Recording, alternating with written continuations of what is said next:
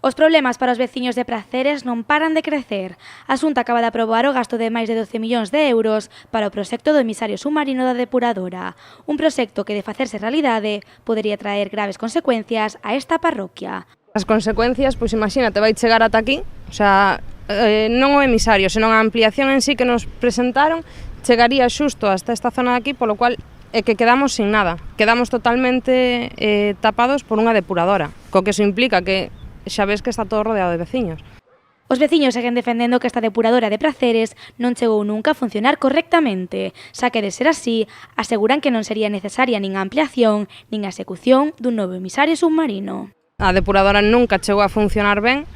O que pensamos un pouco todos, que se unha depuradora funciona non necesita un emisario submarino para verter ao medio da ría. E realmente o problema non se arregla con iso, porque nin siquiera un emisario arreglaría o problema. Van a botar toda a basura no medio da ría. E esta depuradora ten outro problema, que é que se mezclan augas industriais con augas de fogar, polo cual o proceso de depuración non funciona. O anteproxecto presentado pola Xunta para esta depuradora consiste en dúas partes. A primeira, a obra terrestre, que corresponde coa execución dunha cámara de carga e estación de bombeo. A segunda, o emisario submarino. Os veciños non están de acordo nin coa ampliación nin coa execución deste emisario.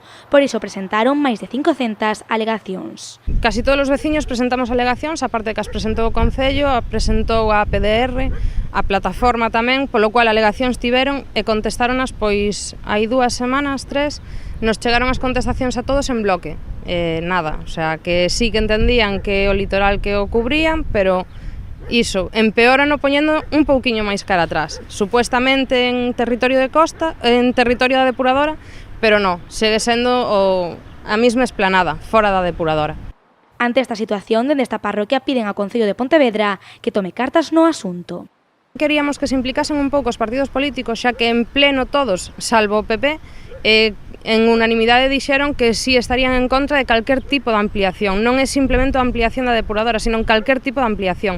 O emisario implica unha ampliación, polo cal queremos saber realmente se van a seguir apoiándonos, porque, ahora mesmo están todos calados, non sabemos nada.